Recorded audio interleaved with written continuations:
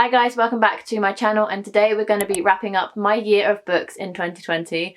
As of today, the 29th of December 2020, I have read 100 books, a number that I actually cannot fathom. I never thought that I would be able to achieve 100 books in a year, but silver linings, thanks to COVID, that goal was kind of in reach, so I just kind of buckled down and powered through. Some books were rereads, some books were audiobooks, some books were really short novellas, but at the end of the day I hit that number, and any type of reading for me is going towards my Goodreads. I know some people don't count rereads towards their goals, I know some people don't count like graphic novels or comics or manga, but any type of reading you do is a book in itself, and it should count towards your Goodreads goals. So if you're not counting those comics and you're not counting those mangas and you're not counting those audiobooks, count them, because they're still books. Books consist of two end things with pages in the middle, whether they're 5 pages, 50 pages, 500 pages, whether they're full of pictures, whether they're full of words, whether they're mixed media. Like, every single thing you read is a book, and it should count towards your Goodreads goal. So that's what I did. I know this year has been very different for a lot of people, so whether you've been able to smash your Goodreads goal and kind of overpass it and just read so much more than average, or whether you haven't been able to read as much because there's been a lot on your mind and your mental health hasn't been great, I'm sending love to you. And anything that you read this year has been an accomplishment. It's been a hard year for everyone, and everyone has coped with it differently, whether that's been absorbing yourself in books or whether it's been binging TV series to distract yourself. We've all made it through this year, and I'm so proud of every single one of us to have made it. And whether you've made it with the help of books, whether you've made it with the help of other things, whether you've read 5 books, 50 books, 100 books, it doesn't matter. It's just a number at the end of the day. I'm definitely not aiming for 100 books next year, that's for sure. It's a crazy goal, and I'm not that sort of person to be able to achieve it every year. 2020 was just an extraordinary year in so many ways that I was just able to actually accomplish this wild goal. And I'm proud of myself, and I should be proud of myself. So we're going to be talking about all things numbers today. Pages read, books read, average ratings. We're just doing the whole stats, everything that you want to know regarding my 2020 reading with numbers. So with that being said, let's jump into my yearly stats. For 100 books, for 100 books, 100 books, 100 books, 100 books. As I've just said, I've read 100 books this year, which averages out to about 8 books a month, which is pretty impressive. That's 2 books a week on average. So I'm pretty impressed with that. Definitely not aiming to read that amount next year. In total, that is 35,337 pages in total across the year, with an average of 96 pages per day. I had a mini goal in mind near the end of the year to read 100 pages per day, and to have kind of achieved that with the averages is pretty impressive. I'm proud of myself. 100 pages per day. That's impressive. For me, anyway. Some people obviously read more than that, but for me, that's like 3 hours reading. So to be able to have done that mostly daily, it's pretty impressive. My average rating this year was a 3.7 on Goodreads. I rated 14 books 5 stars, but 2 of them were rereads, so I don't really count them because I read them before and they were 5 stars, so of course they're going to be 5 stars when I read them again. And those 2 books were And Every Morning the Way Home Gets Longer and Longer by Fredrick and Billy and Me by Giovanna Fletcher. July was my best reading month this year, with 14 books in a month, and 7 of those books, so half of those books I read in that month, were read within a week because of the readathon, the reading rush. I read a book a day. I don't know how I did it, but I did it.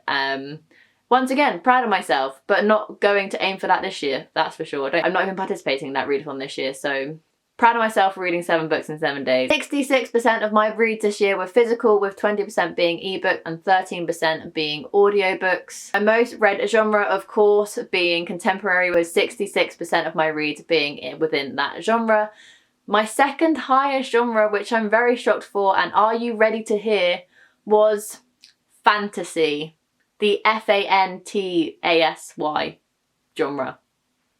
If you know me, that is a shock. I don't read a lot of fantasy, but I think that's down to having read and binged the Scythe series again by Neal Shusterman, as well as the Remnants Chronicles by Meredith Pearson. I read that entire series, as well as dipping my toe in the Mortal Instruments series by Cassandra Clare. I can't say her name whatsoever. I just get tongue-tied. That took me like 5 attempts to say. You're lucky editing exists. But yeah, fantasy. Wow, I wasn't expecting that. With 16.3% of my books being fantasy. All the others that make up the 100% of books were a mingle of everything, sci-fi, non-fiction, middle grade, like it's just I read everything. I just obviously mainly read contemporary, but I do dip my toe in a lot of different things. So my pie chart for genres was very sporadic, with like a massive portion being contemporary. And then the last number stat I kind of want to talk about is my YA to adult ratio. One of my 2021 goals is to read more adult fiction, so I wanted to record this stat so I could look back on it and try and aim for a better 50-50 ratio. I read 56% YA and 31% adult. I'm happy with that kind of ratio, but I do want to increase my adult ratio a little bit more, so it's more 50-50. We shall see. As long as I read adult fiction this year, I don't really mind, but I'm just keeping that ratio in mind, so I kind of have a target to work towards when it comes to my goal for reading more adult fiction. And a little fun thing I wanted to add to the end of this short video, just to kind of wrap up my year in books, was to pinpoint a favourite book that I read each month. Not necessarily 5-star reads, but books that were the kind of highest ranking each month. I'm going to do a whole separate best books of 2020, which will cover like all my 5 stars and like my all-time favourite books. So let's just run through them. I'm not going to talk heavily about them, but I'm just going to kind of roll them off, and in the summary there's going to be 12 books that kind of wrap up my 2020 reading. So let's go. January's favourite book was Birthday by Meredith Russo. This is a LGBTQ+ book about 2 main characters that meet every year on their birthday. They were born on the same day, and one of them is transgender, and it's about their friendship and coming to terms with their sexuality. Loved it. Absolutely loved this book. Highly recommend it if you haven't read it. It was the second book I read in 2020. February's favourite book, Tweet Cute by Emma Lord. Absolutely love this book. This is a Romeo and Juliet retelling where rival sandwich shops kind of interlink, and the 2 children from those 2 family-run businesses kind of start having a Twitter war about whose sandwich recipe is the best and if they've stolen each other's recipe. Very fun, very light-hearted, great book. March was the time that COVID really hit, so I read a lot of books in March, but my standout book for that month, Thunderhead by Neal Shusterman. This is the second book in the Arc of Scythe series, so I can't really say much, but it was a reread for me. I had read Thunderhead a couple of years ago for the first time and didn't really understand why this kind of book had continued in this way, but when I reread it this year to read The Toll, I absolutely fell in love with it, and it easily became my favourite book of the series. It is crazy how rereading books can sometimes really turn your opinion. Whether that's a good or a bad opinion, that's up to you, but in this case it was a very, very good opinion. Sticking with the fantasy theme, my favourite book of April was The Heart of Betrayal by Mary E. Pearson. Once again, this is the second book of the Remnants Chronicles series, so I can't say too much about this one either, but no book this year had second book syndrome. Every series I read, the second book tended to be my favourite, and that's once again the rule for Heart of Betrayal. June graced me with my favourite book of the year, so I'll be talking more about this in my upcoming video.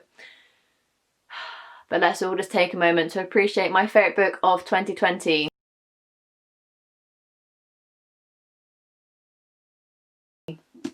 All Boys Aren't Blue by George M. Johnson. I have reread this one in 2020, so I've read this book twice in total.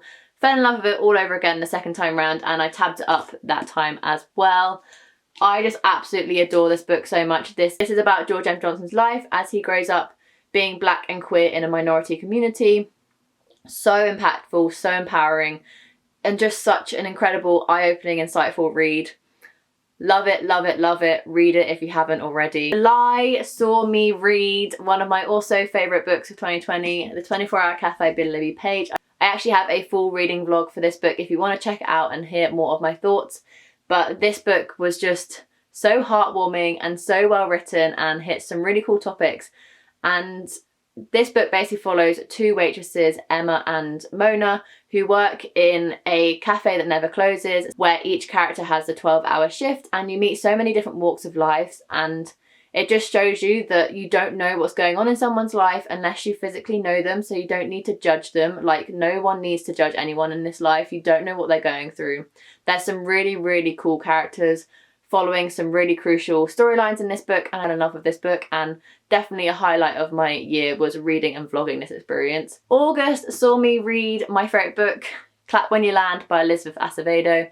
This is a book about half-sisters who don't know each other exist, and then when their father dies on a plane ride from the Caribbean where one of them lives and New York where the other one lives, they kind of fall into each other's lives. They get to know each other and they get to grieve together with people they didn't ever know existed and becoming a blended family. Beautiful story, written in verse, incredible. I absolutely loved it. My September's book of the month was The Love Square by Laura Jane Williams.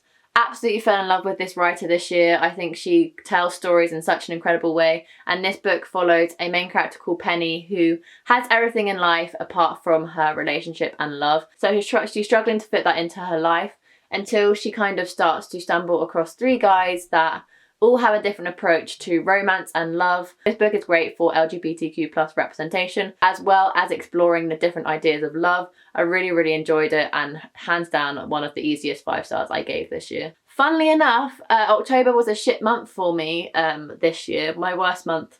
A lot of things happened that reading wasn't my top priority, and I don't have a favourite book that I read in October. They were all very mediocre and I don't really want to shout about any of them. So we're moving swiftly on to November. This book is Head Over Heels by Hannah Orenstein. This is a rom-com gymnast kind of story where we follow ex-Olympic gymnast who has now become a coach after a knee injury. She had to halt her gymnastics career. She is now coaching a new possible Olympic champion, and she falls for another coach in the same kind of arena, and it's just such a sweet rom-com that hits some really poignant topics as well. Just beware, trigger warnings for sexual assault, as well as a fictional version of the NASA trials in American gymnastics. So I love this book, but if those are trigger warnings for you, please avoid it. I don't want anyone's mental health to suffer by reading this book, but if that is okay with you, I really recommend this. Such a good book. And then December's favourite book, hands down. It was close between two, but I have to go with this one. The close tie was Anxious People by Fredrick, but my favourite book of December 2020 was Olive by Emma Gannon. I just loved this book. It's a 400-page book and I read it in a day. I couldn't stop reading this book. I couldn't put it down. It was absolutely incredible. I just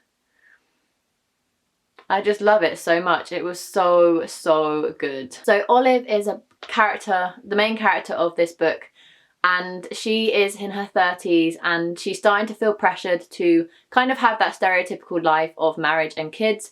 All her friends from uni have started to go down that path and have kids and be married and go live in the suburbs, but Olive is still trying to figure out what she really wants in life. And she kind of comes to the discovery that she just doesn't want kids at all. She has a friend who is struggling with IVF and really wanting a child but not being able to.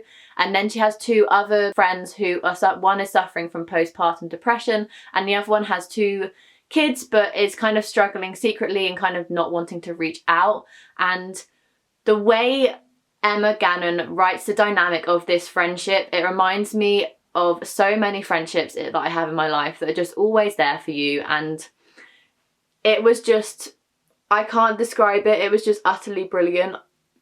Loved it, hands down one of my favourite books of the year. That video is coming soon, so keep your eyes out for that one and subscribe so you don't miss it. But those are just 12 books that piqued my interest this year and I won't forget reading anytime soon. I really hope you enjoyed this little video of my yearly stats for 2020. Let me know down below some of your stats for the year. How many books did you read in 2020 and what were some of your favourites? I would love to know. And without further ado, give this video a massive like if you enjoyed it. Subscribe down below to see more content from me, and I'll leave you to it before the light goes shit again. I'll see you in my next video. Bye guys.